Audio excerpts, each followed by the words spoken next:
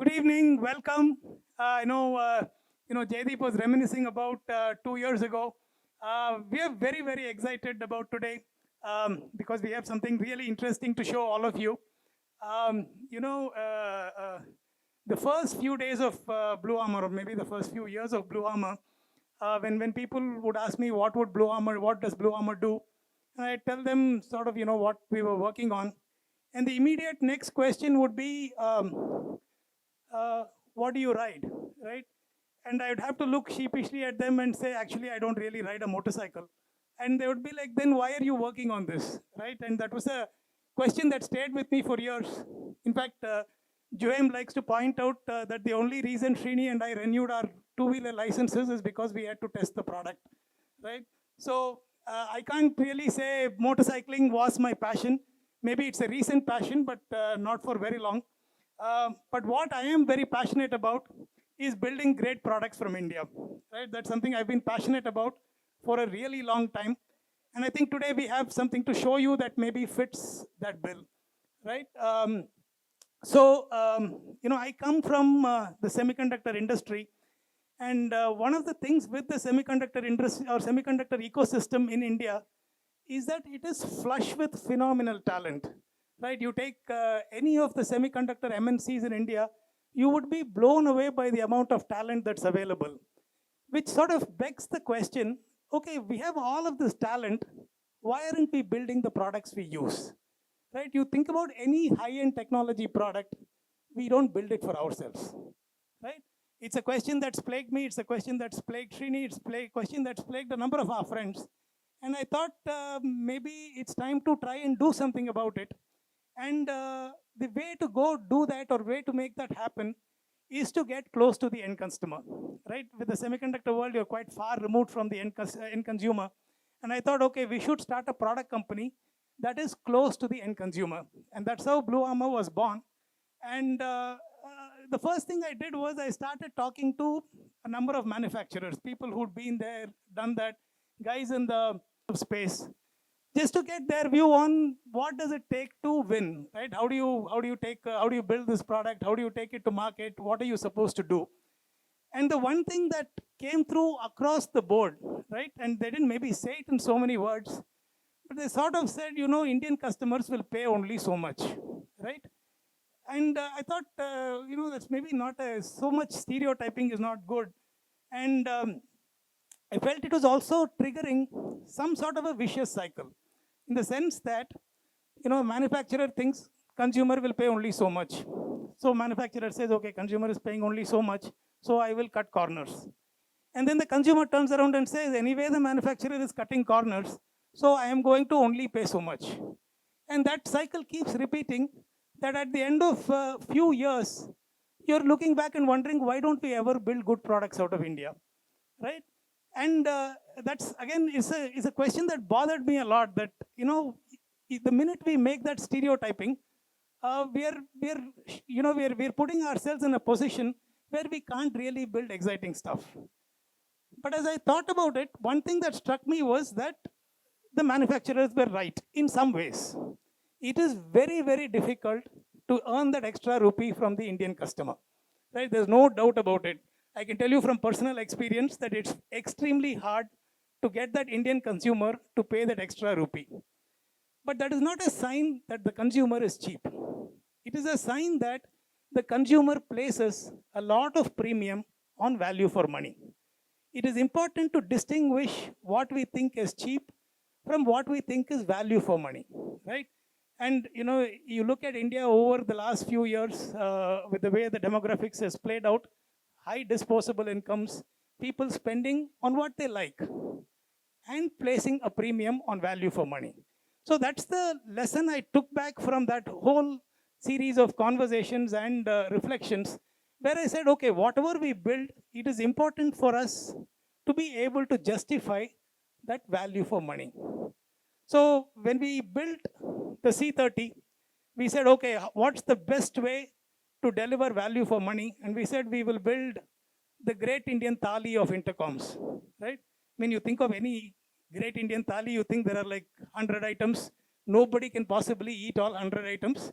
but then you claim value because there are 100 items, right? So we made two judgment calls when it came to C30.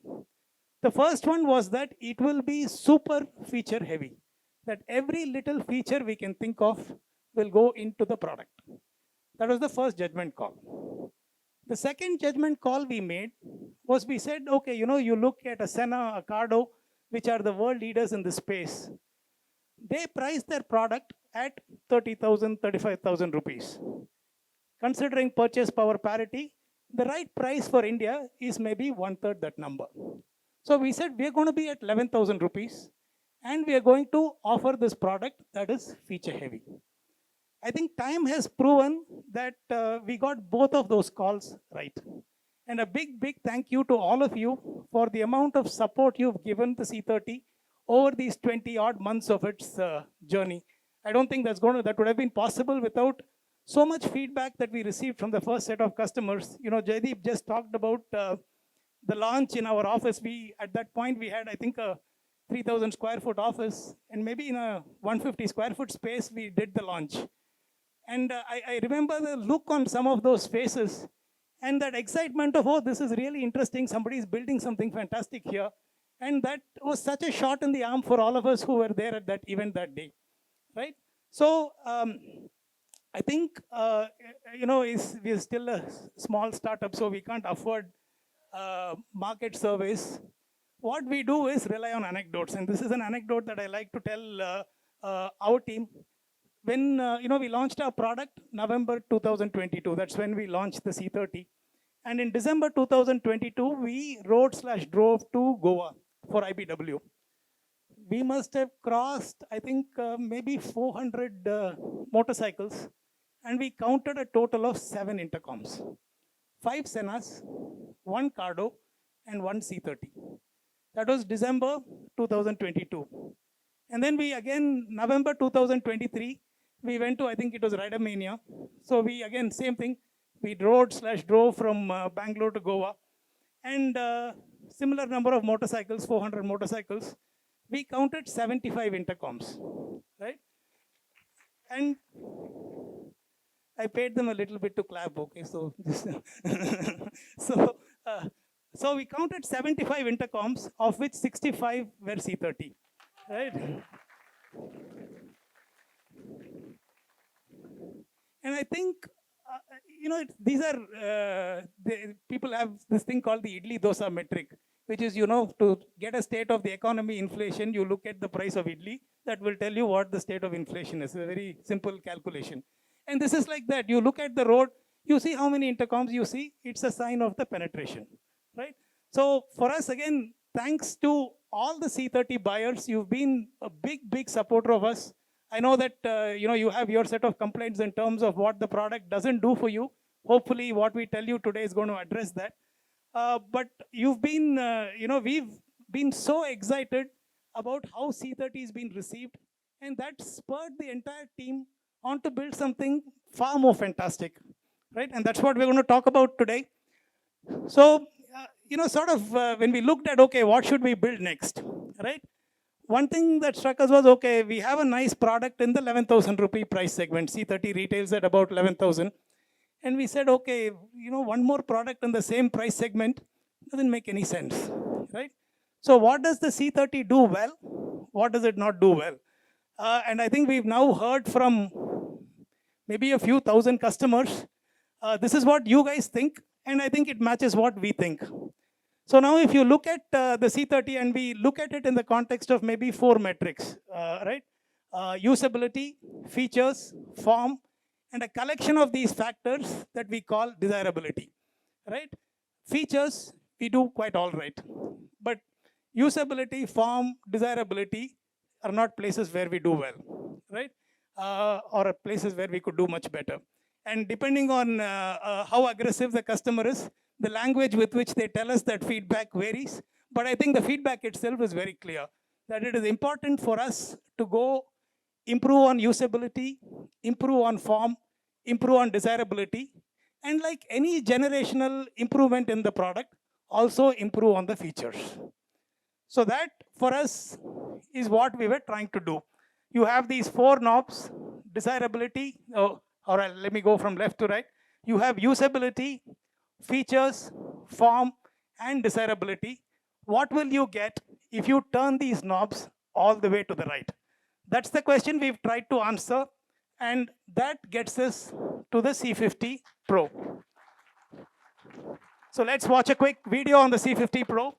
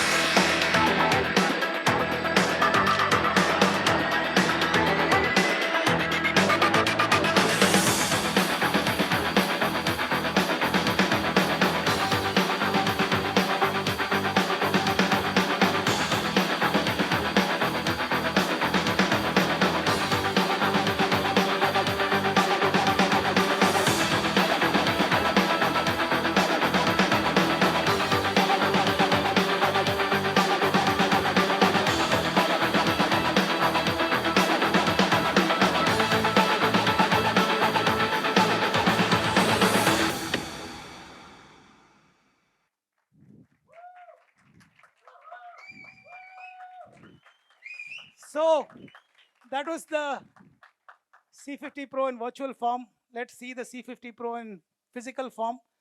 This is how the box looks. I'm going to unbox it in public for the first time. So this comes with a sleeve that has all the information on the product. And then the box opens up like so. So there's the unit in the middle and a bunch of accessories around it. And we're going to talk about all of that over the next half an hour or so. But this is how the unit looks. So let me show you what the docking experience looks like. So for people who ask, you know, okay, we don't want wires, we want it to just attach, here is your answer. You're seeing a lot of things that I'm going to talk about. I know there are a lot of questions in your head. We'll walk through one by one. So I'm going to just do that one more time. I'm going to request Rohit to turn around.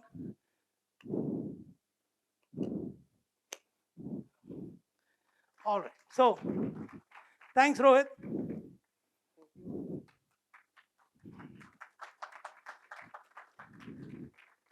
So let's try and unravel those questions one by one. The first question, where does the unit sit? The unit sits at the back of the helmet, right? And it is a very conscious decision, and a decision for various reasons. One, we felt that, you know, why are intercoms always on the side? You think about you think about how helmets are designed.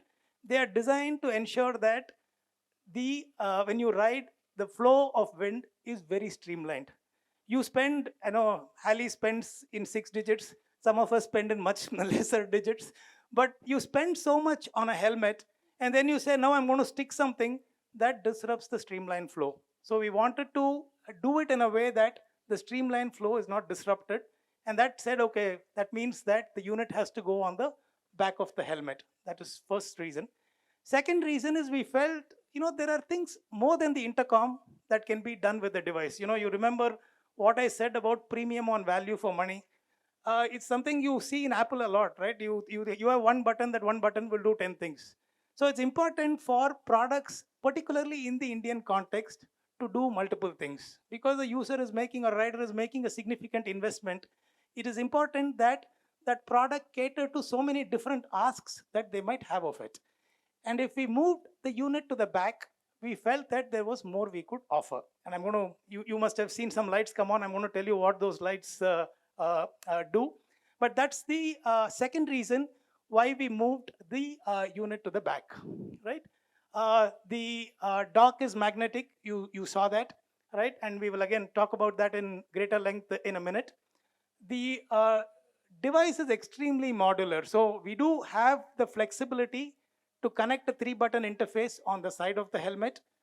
You can connect it inside the helmet if you want, or we have an option where you don't connect the button at all, right? And all of this we will again cover. But this is how the unit looks. So let's talk details, or maybe before details, again, going back to the great Indian thali, it's important for us to, I remember when we, you remember the first slide I had about 30 things about C30. Somebody asked me, does that mean when you do C50, you will say 50 things about C50, right? And I thought, okay, this is an interesting way to think about it. I don't know if there are 50 things, but it looks pretty busy, right? So what we will do is try to break it up tile by tile and spend some time talking about each of these tiles, right? The first thing we will talk about is form. Form is a nice word for size. We have, if you're scientific minded, then you can say, okay, I want to know what are the dimensions in the different directions. All of that information is available here. So it's about 6 centimeters or 60 mm in one dimension. It's 43.6 mm widthwise, but it's obviously tapered. So in the narrowest dimension, it's about 20 mm, and then the thickness is between 19 and 20. Now, if you're like me, you're going to say, I don't know numbers. Just tell me how it compares with other things. That's all, right?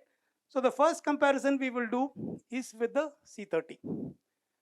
So this is how it looks when you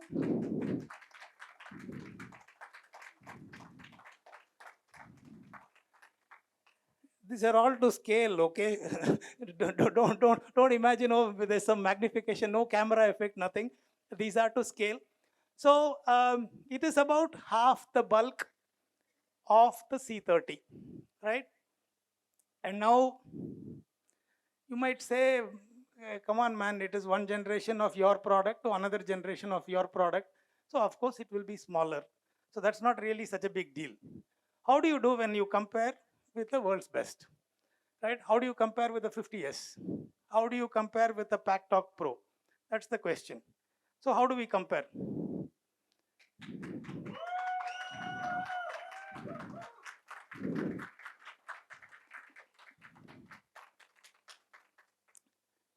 They say picture is worth 1,000 words.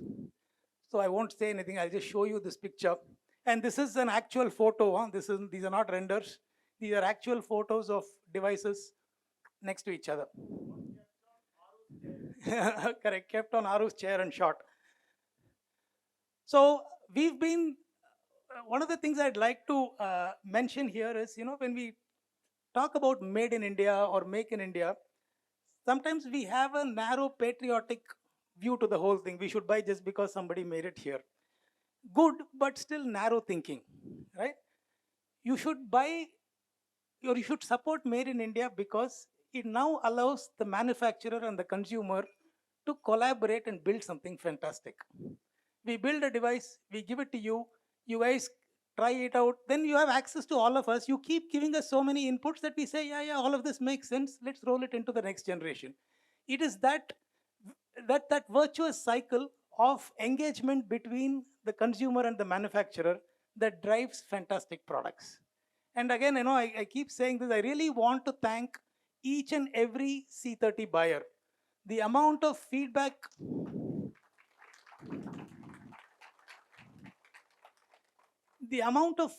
we've received from the C30 buyers is gone a long way into how we've thought about the C50Pro, right? I know Vijay was particular. He said, you have to have speed dial. I remember that he took the unit, he went from Bangalore to Hyderabad. 2 days later, he called me, but you don't have speed dial, you should add it. And I think 2 weeks later, we added it, right? And I can give you many such examples. We've had number of people come up and say, this other device does this well, why can't you do it? And we say, oh, okay, nice idea, we'll go do it, right? And I think that engagement between the consumer and the manufacturer makes for fantastic development. So, we welcome feedback. We think it's a great way to make the product better and better. So that is size. Okay, let's talk usability.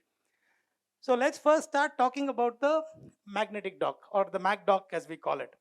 So you know, if you take a Sena device or a Cardo device, one of the things, one is magnetic, the other isn't. But one thing you would notice is they all have a dock, and then you can mount your unit. You don't really need to do anything with the cables. You just mount your unit and take it off.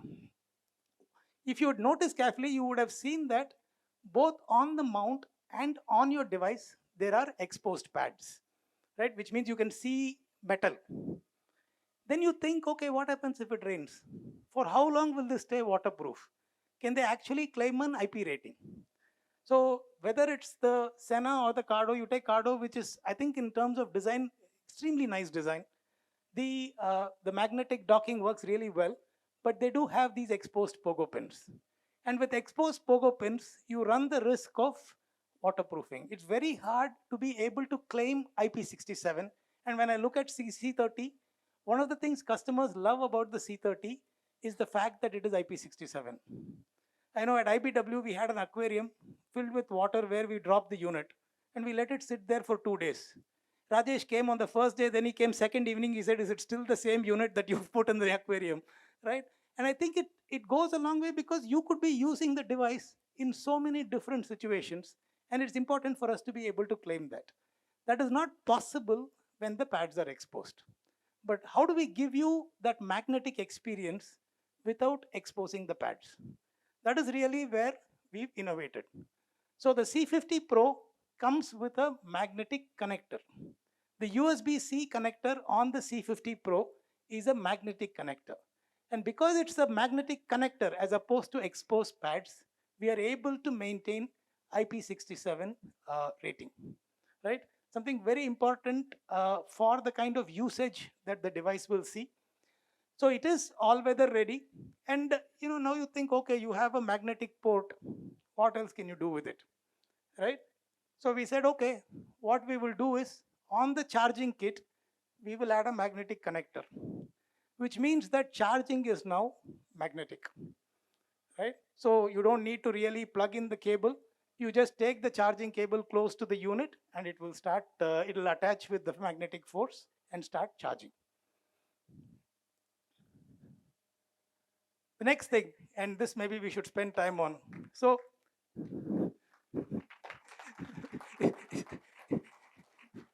Vijay is excited because he told me that we should have a remote on the handlebar. The number of people who have come to me and said, yeah, buttons. I know if they say buttons itself, okay, I'm going to get beaten.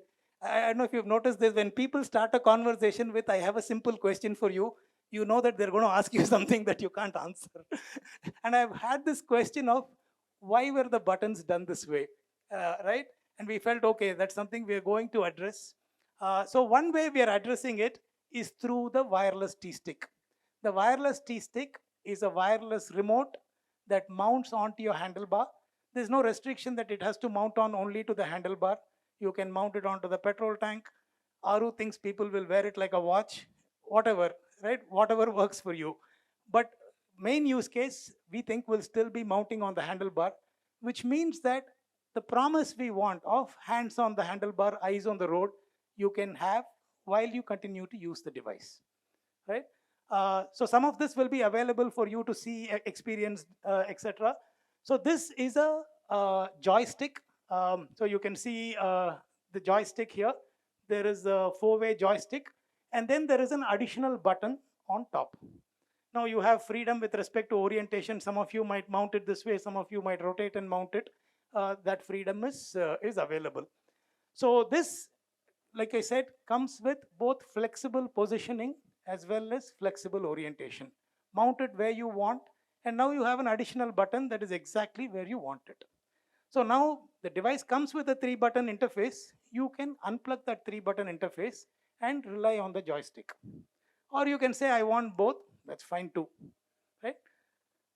So that's the wireless T-stick. Vijay has a list he's ticking off one by one by one. Then there was the think about cables, right? And this is a maybe a small thing to do, but again, it's important for us to say, yeah, we heard you, we understood what you said, we fixed it. A lot of people have been worried about there is a cable that runs into the helmet because the speakers are inside the helmet. Now, when you leave the helmet on the table, what happens to the stress on that cable? Over time, what's going to happen to the cable? Now, I can give you all sorts of gyan on, oh no, we've done this sort of force testing on that cable, etc. But if you're worried about it, you're worried about it. That's it. And we have to do something. So what we said was we will add an L bracket that does two things. One, that L bracket now takes the stress. So the cable is not taking any of the stress. The L bracket is also a locator. So it ensures that your cable doesn't move. So sometimes what happens is you mount it and then the cable has moved, something else gets stuck, all of that gets taken care of. So small piece of industrial design that's allowed us to address one of the pain points that the customers have raised. And then, we talk about you can do this, you can do that. I think it is important for designs in general to stay as modular as possible because people are different. Different people like different things. So, what all can we be modular about? We have the Mac dock. Now, the Mac dock comes with a larger size because it has some LEDs on it. We said, okay, what if you don't want the Mac dock? What if you want a really slim form factor? No problem, we have the click dock, right? What you see next to the Mac dock here on the left, this is the click dock. So for somebody who's very particular, no, I want a slim form factor, you pick the click dock. That's the first thing. Now you say, okay, when I'm installing, this whole speaker arrangement is getting tangled all the time. I turn my helmet around, I have to position this. By the time I stick this, that comes out. So it is important for me to be able to do one at a time. So what we've said is, we've taken the speakers from a speaker pair, we've made it individual speakers that you can plug in, right? So we have the wiring harness here, and each of the speaker cables, the mic and the buttons plug into the wiring harness, right? So you can first attach one speaker, attach the second speaker, put the wiring harness, you just plug into the wiring harness, right? If you're my age, then if you're used to connecting RGB cables to the back of a VCR, then you know exactly what I'm talking about, right? We also have two types of mics. People who said boom mic is large, we want a wire mic or a button mic, heard you, is there in the C50 Pro. So C50 Pro comes with both types of mics. You can get the boom mic or the button mic. So modularity, again, is a big play for us because we think now so many different use cases. The best solution to all of those use cases is in making it as modular as possible. I'm not talking about the connection to the helmet itself. Is it adhesive? What else do we have here? You will see that when we show you the parts that go into the product. So that's on the usability aspect or the industrial design. Again, it's an area where if I look at C30 rating, it's an area where users have ranked us very low. And that's something we've set out very hard to address, right? Whether it's form factor, whether it is usability, whether it is modularity, lot of hard work has gone in to make sure that, and I should have maybe started off with this, right? Our vision for C50 Pro is to go compete with the best in the world in their market, not in our market, in their market, right? So I don't want to lean on Make in India. I am in Bomasandra, you are in Electronic City, buy my product, right? I want to say, no, you put this product versus that product, whichever product suits you better, you buy that. That's what customers should do. And I think we're ready for that with the C50 Pro. So with features, when you experience features, you largely see the software side of the features, all right? But it's important to understand that what makes all of those features possible is the hardware that runs underneath. Because it is the power in the hardware that enables the software, right? This is, Alan Kay said this about 40, 50 years ago, and I think it is absolutely true. So talking about hardware for a second, we have an upgraded Bluetooth controller. We have an upgraded audio driver, we have an upgraded mesh controller, we have an upgraded central intelligence unit. All of the hardware pieces that go into the connectivity or that go into the intercom platform have been upgraded from the C30 to the C50 Pro. And you're going to see what that means in terms of features, right? So let's start with multi-point connectivity. And here, see, if you think about the number of use cases, you would have somebody who says, I have an iPhone that I use for listening to music, but I don't want to mount my iPhone on the handlebar. So I have a second Android phone that I mount on the handlebar that I use for maps. Can you mix the audio from the two phones? Yes, we can, right? That's first one. Then we have somebody who says, I have an Insta360, I have a GoPro 12. Now, I don't want to put a second mic to record for my action camera. Can the mic of the intercom record for the action camera, right? Yes, we can. Right? So you can now think of many such things. So let me maybe work my way to the third one. My bike has connectivity, or I bought a CarPlay device. I bought some other device that is now part of my riding paraphernalia. Can the C50 Pro connect to that? Yes, it can. So if you have a bike cluster, then the C50 Pro can connect to your bike cluster. So let's say you have a BMW 900, and the BMW 900 allows you to stream music through the bike cluster. Now you can connect the C50 Pro to the bike cluster. Bike cluster connects to the phone, gives you complete control. That is possible. If you have a GPS device that you use for navigation, that's not a phone but a different GPS device, that also you can connect. So you can connect a phone through which you listen to music and a GPS device that gives you maps. Now, this is not maybe so hot in India, but if you're in a country where you think, no, I need a radar detector because I want to be alerted when somebody is waiting for me with a radar gun, you can connect a radar detector also to the C50 Pro. So any alert from that radar detector will also play for you, right? So if there's something outside of this that you want us to connect, you tell us, maybe we will find a way to connect that too.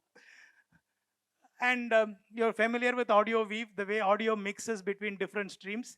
That is also part of the port weave offering, right? So we've expanded audio weave now to call it port weave, in the way that you can weave multiple ports, multiple devices into the C50 Pro, right? So again, second phone, action camera, cluster, GPS, radar, all of these devices. So we have two connections. You can decide how you want to play across those two connections.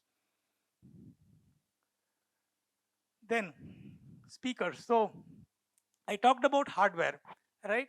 Now, one of the things when we were building C30, we felt, okay, this is our first time.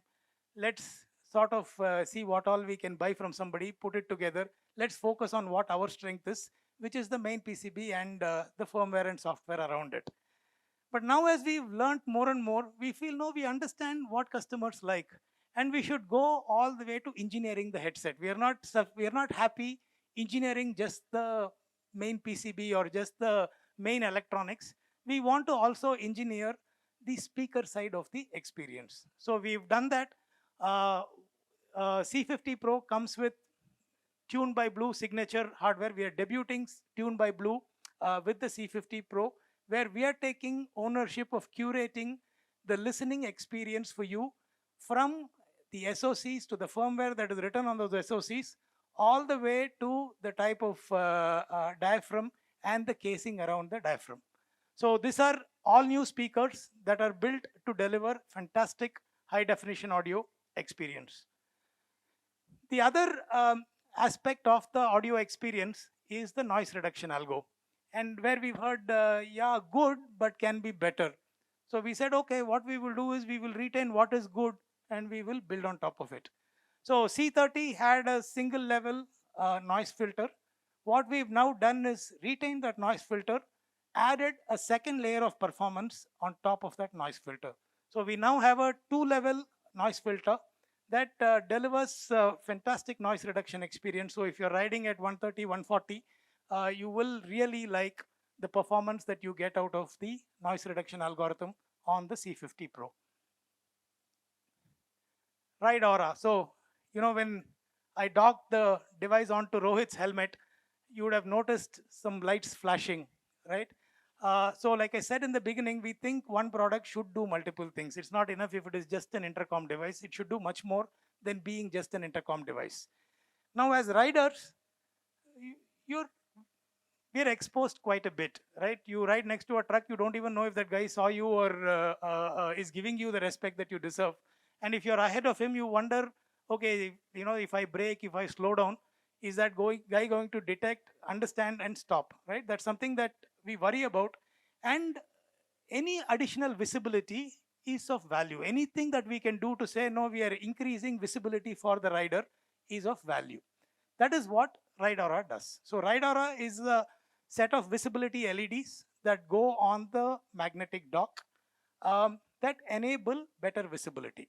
Now there are three things you can do with Ride Aura. The first thing is what it does on its own, which is to detect that your diesel rating and light up the brakes, right? Brakes meaning these lights in a brake lighting formation. Now you think about it, you say, okay, I'm riding at 130, 140 on the highway. If I want to slow down, I'm really not applying the brake. I'm just shutting the throttle. And if I'm shutting the throttle, my tail light doesn't necessarily come on. In some electric vehicles it might, but more often than not, it doesn't come on. What the C50 Pro does is it is an IMU based engine that is able to say that, oh, your diesel rating, which means that I should light up the brake light. That is the deceleration auto alert, right? It is designed for giving you additional visibility in a situation where you're doing something in a sudden manner. You're applying a sudden brake, you're slowing down suddenly. The deceleration auto alert will light up the brake light. So that is the first thing you can do with Ride Aura. The second thing you can do is you can say, yeah, that is good. Now I'm riding in twilight conditions. I want something to keep blinking all the time. I want a hazard light that is always on. So like an aircraft type hazard light, right?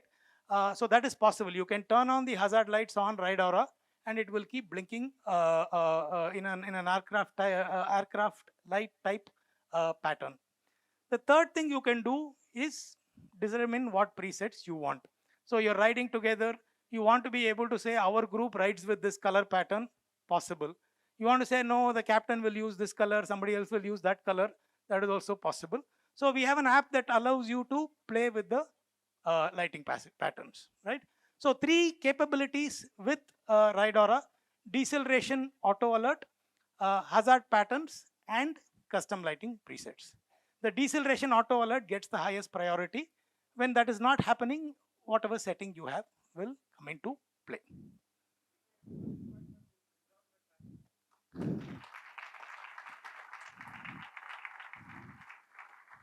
Thank you, thank you. Then we have crash detection is not something I'm going to spend too much time on. It's not a situation any of us wants to find ourselves in, but unfortunate events happen. And let's say you have a crash, the IMU again detects the crash, allows or sends an SOS alert to an emergency contact. So this capability is also part of C50 Pro.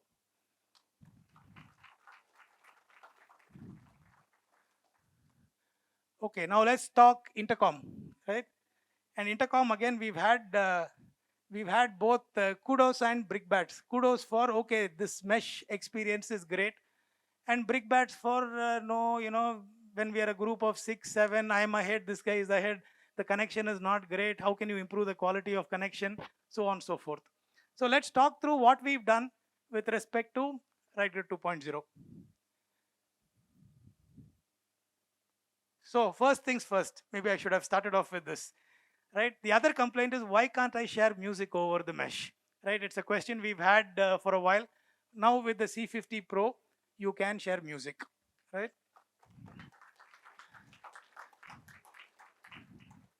So we see music sharing in two ways, right?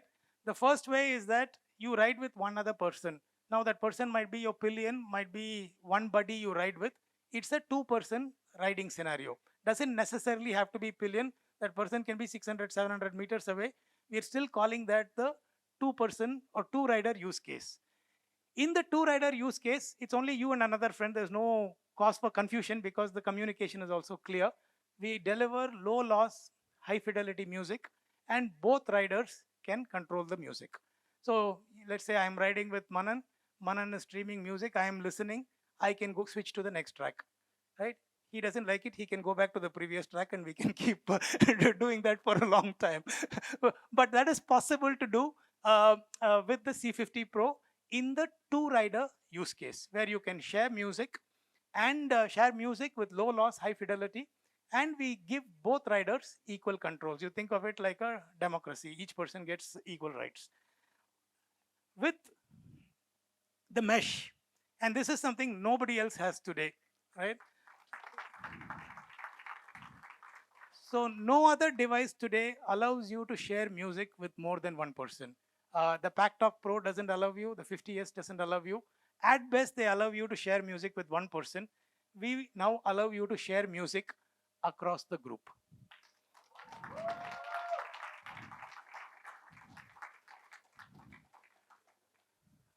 Right? Again, it's a, I know I'm repeating this, but for us, it's a case of listening, thinking, adapting, building, right? And then keep repeating that cycle, right? So now we talk about repeating cycles. We have a new technology that we've added to the mesh, what we call active link tracking. And some of you might be familiar with this experience, right? Let's say, me, Dino, and Vijay are riding, and Dino is riding next to me, but he feels I'm not able to hear you, but I'm able to hear Vijay. Vijay is half a kilometer away. I should be able to hear you because you're right next to me, and I'm not able to hear that. And it looks like, it sounds so basic, right? You just have to see who's next to who and then adjust, that's all. But what seems so simple to say in English is actually very hard to do with electronics. And with the new generation hardware, we've been able to address that problem, right? And the way we address that is through active link tracking. So what active link tracking does is it continuously monitors the mesh. So it is going back to the use case. Let's say me, Dino, and Vijay are riding. It is going to keep looking at my connection to say, should I be connected to Dino? Should I be connected to Vijay? Which is a better connection for me, right? It compares these two connections. And then when appropriate, it switches. It says, okay, looks like Vijay connection is not strong now. Maybe I should switch the connection to Dino. That intelligence is active link tracking. And then it keeps repeating this over and over again. So in our use case, it's very dynamic because people can ride forward, ride behind, and the whole rider arrangement is dynamic, which means that this algorithm needs to keep running all the time, right? That is made possible with active link tracking. So now when you ride as a group, you will have a much better connectivity experience where you feel like, okay, this is more consistent with common sense logic of how a mesh should adjust its connections. That is active link tracking. Oh. Okay, we're not done now, we have more. So, e-ride grid. E-ride grid, is we have 50-year-olds in our office, we have 20-year-olds in our office. And the minute we came up with this name, the 20-year-old said, that looks like a kind of name that you guys will come up with. Right? that you're coming up with, it looks like email and nomenclature like that. But e-ride grid is our mesh over cloud solution, right?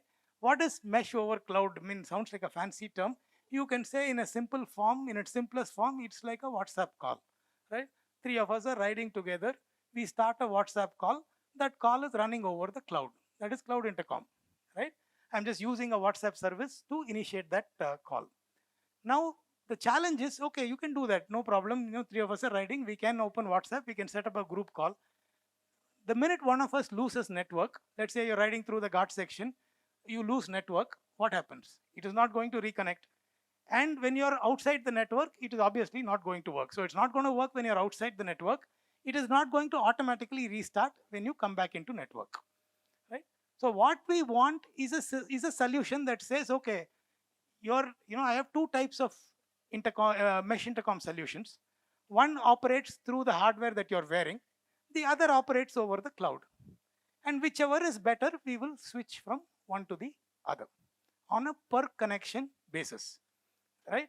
So Manan might be out of range, or let's say Rachit is at home, but he wants to still participate in the call. He's definitely out of range now because he's at home, but he can participate over the cloud, right? So one way to think about it is, okay, when I ride through the highways, range is good, I'm getting good line of sight, so mesh intercom works reliably well. But when I enter the city, suddenly there's so much traffic, there's so much interference that what looked like 600, 700 meters range suddenly became 100, 150 meters range. If between me and my fellow rider there's a truck in the middle, the signal doesn't even go through, right? So in a situation like that, you can say, but now you're in the city, network connectivity is much better. So maybe it should switch from ride grid to e-ride grid. That seamless switch between ride grid and e-ride grid and back to ride grid as appropriate is our cloud intercom solution. So now we are obviously using a cloud service to manage this. So you think of it as currently in beta mode. For now, it is free. We'll see what the usage is, how much it costs. And then we might have to, at some point, say that, okay, no, its usage is far higher than we expected it to be. So we might have to charge. For now, it is free, beta mode.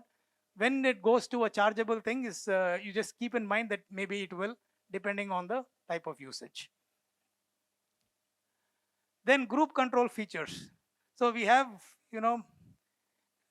one of the interesting things for me is to listen to group dynamics, right? And understand, okay, what sort of dynamics is there in this riding group? Is it a democracy? Is everybody equal?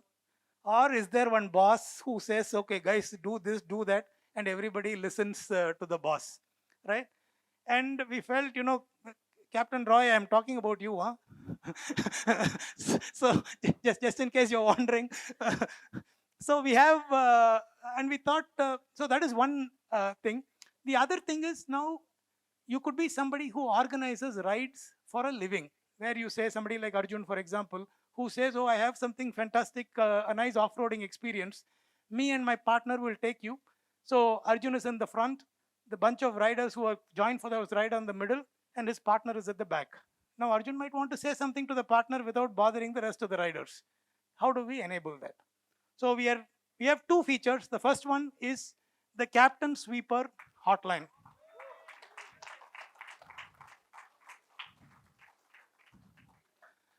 So if Captain Roy wants to say something to Syed without anybody else listening, that is possible.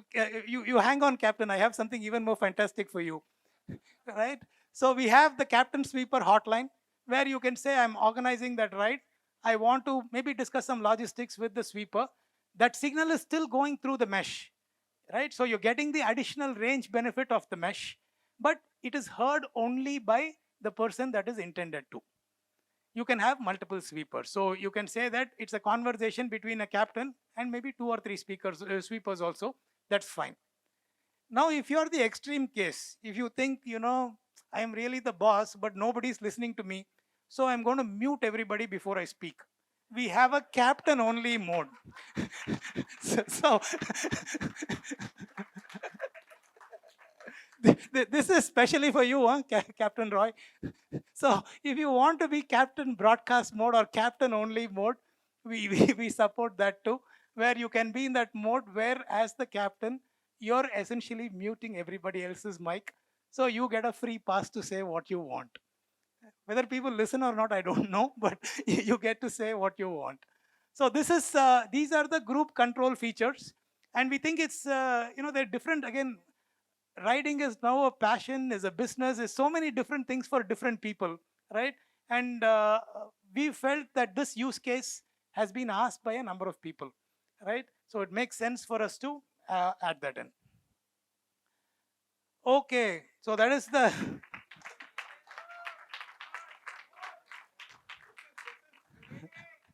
all right. So That's all about the product. Now let's talk pricing. So we are going to price the C50 Pro at 24,999, right? It is the Senna retails at 35,000, the Cardo retails at 35,000. We feel we've packed so much tech in, but we should still be cheaper than those two products, right? That is the MRP. Now, what about offers, right? So we start off with the first offer. Until next Sunday, we have a launch offer. So if you're hearing about BluArmor for the first time, if you think, oh, this product is interesting and I want to pick it up, then it can be yours for 21,999 until next Sunday. Okay, that is the launch offer. Now we'll come to the elephant in the room. What is the trade-in offer, right? So this has been, if I say intense debate, I might still be understating it, but it's been a topic of intense debate, both within and outside. So we said, okay, let's sort of ask a finance guy what he thinks of the trade-in value. So we went to somebody in the finance area, and that guy said, like all finance guys do, you ride a car or you drive a car out of the showroom, it depreciates by 50%, and then it keeps depreciating every month. So maybe 20%, right? That is what the finance guy said.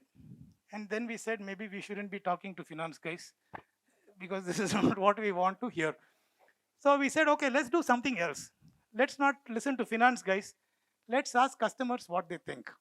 So we ran a survey where we asked C30 buyers, what do you think is a fair buyback offer for the C30, right? And when we did that, people said maybe 50%, right? We would have got maybe 400 responses. And the general response, the average or the peak response, and the average, maybe average is a better word. The average response was 50%, which puts us at a trade-in value of 5,500, right? And at this point, as we were doing all of the number crunching, it sort of seemed to us that maybe we are trying to decide with our head when we should be deciding with the heart, right? That is not a question of what makes logical sense. Okay, is this correct? You had the unit for 6 months. Somebody else who had the unit for 5 months and 25 days should get better value. Or somebody else will say, see, I bought the product November 6th, 2022. So I got a better deal. Yes, I got to keep the product for 1.5 years. Yes, but I trusted you before anybody else did. Fair enough, right? I think it's important to give that thinking credit to say that, okay, you did trust us when we had nothing, and we are going to assign value to it. I talked about groups for a bit, right? In terms of what I like about engaging with groups. One thing we've noticed in the group purchase journey is that usually one guy will go by. That guy is the trailblazer in the group. Now that guy will pass he's the dada, he will test for 2 months, then he will pass his judgment to everybody else. Then over time, the message will percolate across the group. That dada is the trailblazer for that group, right? And in our view, every C30 buyer is a trailblazer. So we said, okay, we are going to do something that no manufacturer, to the best of our knowledge, has done so far. We are going to buy back the C30.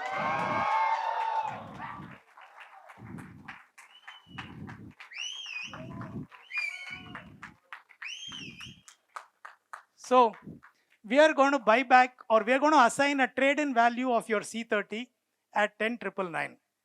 You bought it on day one for 7,500. You're getting 10,999. We are only happy for you. Very good.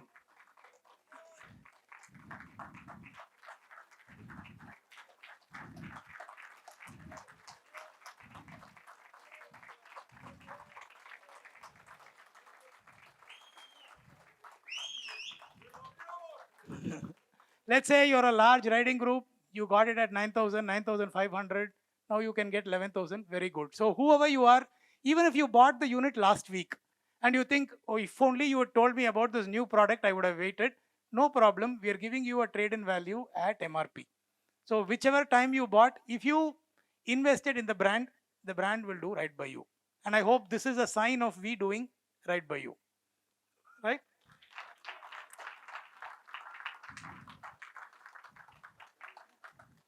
We are not done. We have something more, right? So it also struck us that riding you don't do alone. You always do with somebody, right? So there is value. And by the way, this offer is until next Sunday, right? So please keep that in mind. We are not sure this offer will come again, right? It is not, at the end of the day, we also have to run a business. People remind us sometimes that that is what you're doing. So keep that in mind. So this offer is valid until next Sunday.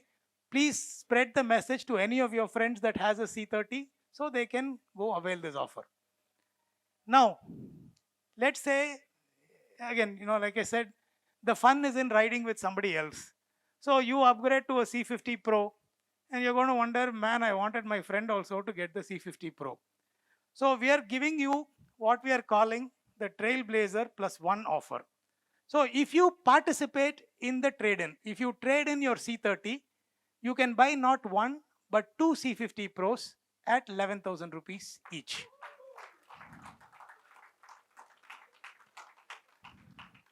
Right? So your friend is not at a BluArmor user, but you think, okay, man, this offer is fantastic. You should participate. This is your way to bring your friend into the BluArmor family.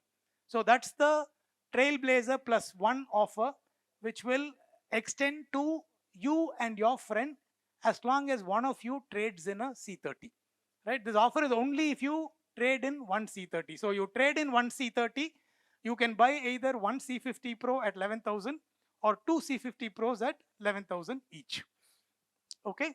This also, again, all of these offers are valid only until September 1st, 2024, which is next Sunday. We will start shipping C50 Pro from the 28th of September. Most of the features are in, but we still need to make sure it is production ready. It is worthy of you taking it out on the road. We need some time for that.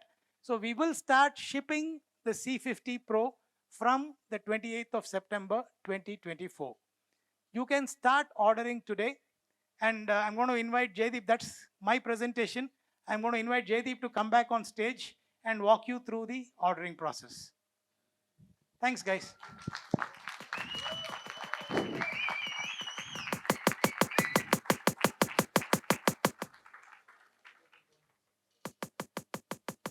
I think Srini wants to say something.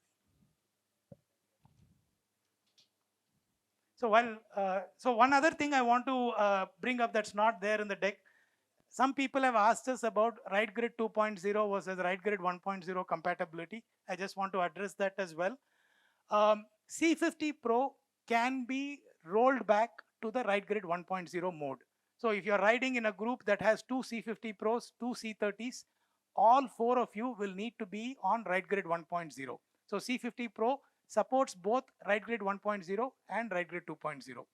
But if you want music sharing, if you want these advanced features, then you have to be on RideGrid 2.0, which is only available on C50 Pro. So if you guys have a group that has both C50 Pro and C30, can be on RideGrid 1.0, no problem. But if you want all of these new features, that is only with RideGrid 2.0. Anything else I shouldn't? Okay, sorry. One thing I missed, sign that I didn't practice enough, so Srini came to beat me a little bit.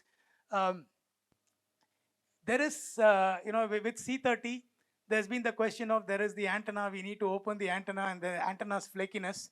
With the C50 Pro, the antennas are all inside. So there is no opening action that you need to do. I should have mentioned that, sorry. So C50 Pro, what you see as the device is all it is. There's no opening, and there's no active state, passive state. It is only one state.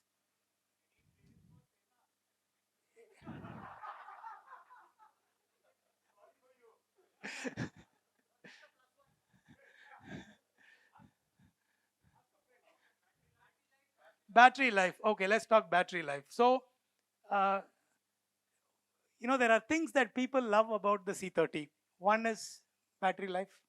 One is the fact that it is IP67. Then one is the audio quality. All three are as good on C50 Pro as they are on the C30. So the battery life will continue to be 16 hours plus on the C50 Pro. So we've not shrunk the bulk by compromising battery life. You get the exact same battery life on the C50 Pro that you will get on the C30. Now this battery life in general is quoted based on music playback. So when they tell you C30 has, when we tell you C30 has 16 hours of battery life, it is based on 16 hours of music playback. We have a little margin. Some of you have gotten 18, 19 hours. C30, C50 Pro will do exactly the same thing. For music playback, it will have 16 hours plus of battery life. Now we have a function like Ride Aura where you have the flexibility to choose how much lighting you want. To the degree that you change the lighting, there will be some impact to battery life. If you're only dependent on deceleration based brake lighting, that is anyway such low duty cycle that it doesn't impact battery life. But if you want a rainbow pattern that is displaying all the time, that is going to come with a certain battery impact. Maybe 25-30% reduction in battery life if you milk Ride Aura to its maximum.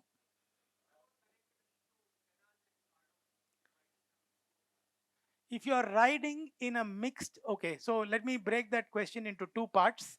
The question, and the people who've dialed in online, so I'll just repeat the question for their benefit. So the question is, what happens if I have a mix of intercoms, BluArmor, Senna, Cardo, will they all talk to each other?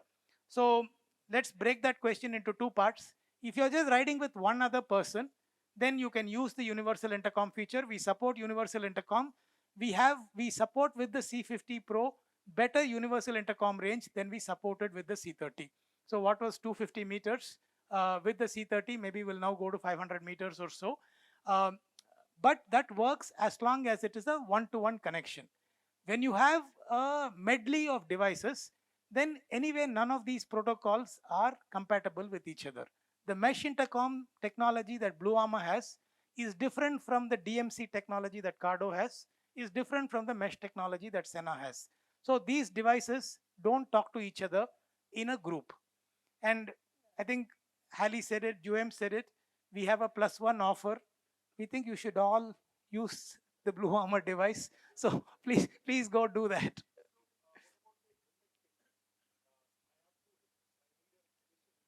So we will definitely offer an additional helmet kit, but allow us to first wrap our head around shipping the first set of orders. And in due course, we will make the additional helmet kits available. 100% they will be available. Why just additional helmet kits? Our vision is to give you wireless T-stick as a separate accessory, MacDock as a separate accessory, so you can decide how you want to play it. So all of that will be possible, but bear with us as we sequence it one by one. We will start by making the C50 Pro, which is an integration of everything, as the first offering. Let the first few batches ship out, then we will look at the accessories.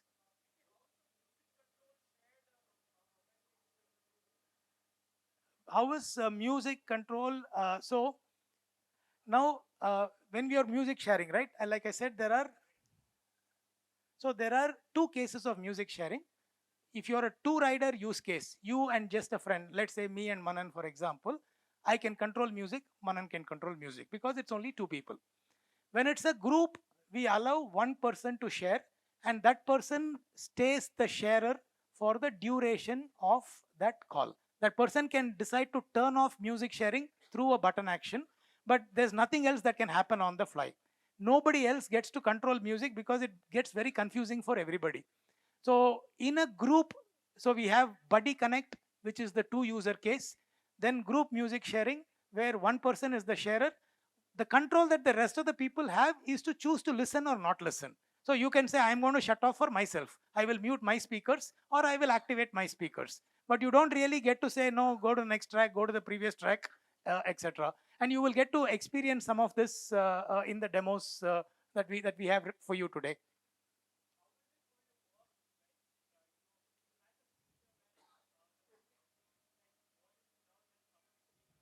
Right, in the C30s. So in the C30, what happened is if your music is playing and the intercom communication comes in, the music volume is lowering. Here, when you're sharing the music, is the same feature going to work? Uh, You know, Anant is smiling to himself. For those of you who don't know, Anant is the guy who builds right grid technology for us. He was demoing a feature to me before the show started, and we saw something that he claims is a feature, I claim is a bug. That answers the exact question that you raised. So I'll tell you what is intended to happen and what you will experience today. Internet use cases. Okay, so when we do group music sharing, we allow either music or voice. So you have a push to talk button, it operates in push to talk mode. So whenever somebody wants to speak, they push to talk on the wireless button and can speak. So when it's music sharing, it is only music.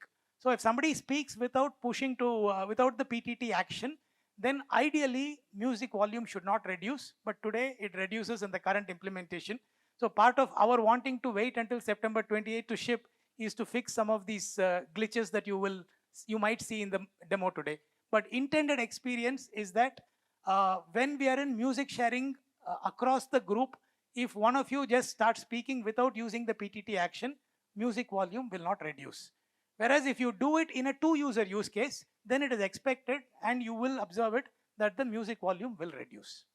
In the two-user use case, there is no PTT action. It is music plus voice because we think that is just two people. There's no confusion. In a group, multiple people can speak at the same time. It gets very hard to give a good experience, right?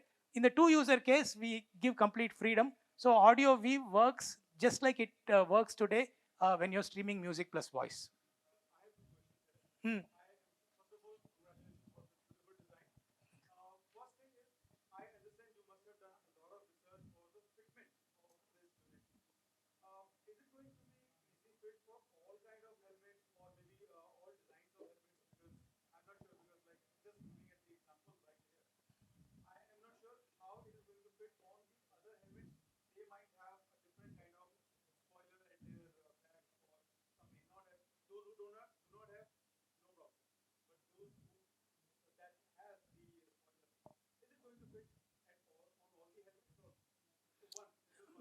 Hmm.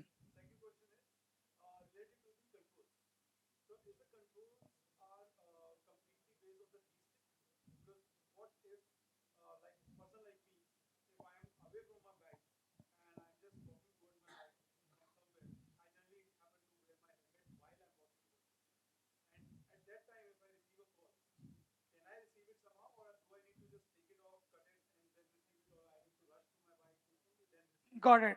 Got it. So two questions. First one was with respect to helmet fitment. The second question was with respect to button control. So helmet fitment, we've tried maybe 50, 60 different helmets. It all works fine. This angle maybe doesn't do justice to the product, right? If you actually rotate it 45 degrees, you will see a lot of space between the spoiler and the product. Product is only 60 mm tall. The spoiler is usually higher than that. And in general, the back is better than the amount of curviness on the side. The side now has more faceted edges than the back, right? So we've now tested a fair share of helmets to be very confident about that question. Now with respect to button access, we have two types of button control. We have the 3-button interface that you can mount on the helmet and the wireless T-stick that you can mount on the handlebar.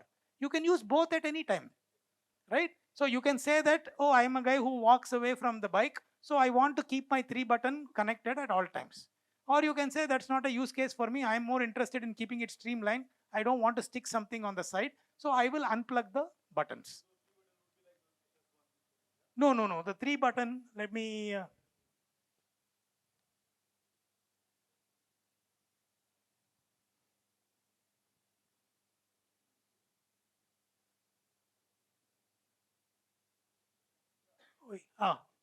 so this is the 3-button interface. So it is 3 buttons that go on the side, lot of spacing between the buttons, very easy. So now you think of it as, okay, if I had an intercom in the conventional sense, I would have mounted it on the side. I would have had 3 buttons to control. It is just that button interface that you can plug in. So you can keep this for the kind of use case that you are considering. Weight hasn't increased. I don't remember the numbers off the top of my head. Aru, do you know the numbers? Do we have an exact number?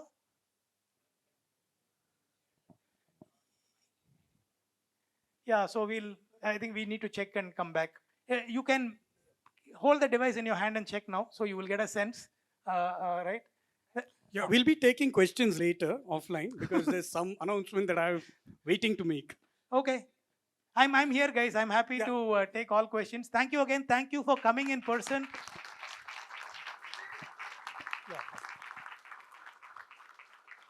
You know, all your support means a lot to us. All right. I'm very, very particular that we be a listening brand, that we listen to, whether it's our distributors, whether it's our friends in the media and influencers, whether it's our growing set of customers. I want us to be a listening brand. So please, please, please feel free to come come tell us what you think. We might agree, we might disagree, but I do want to have that conversation. Whatever makes sense, we will find a way to roll it in. Cheers. Thanks so much, guys.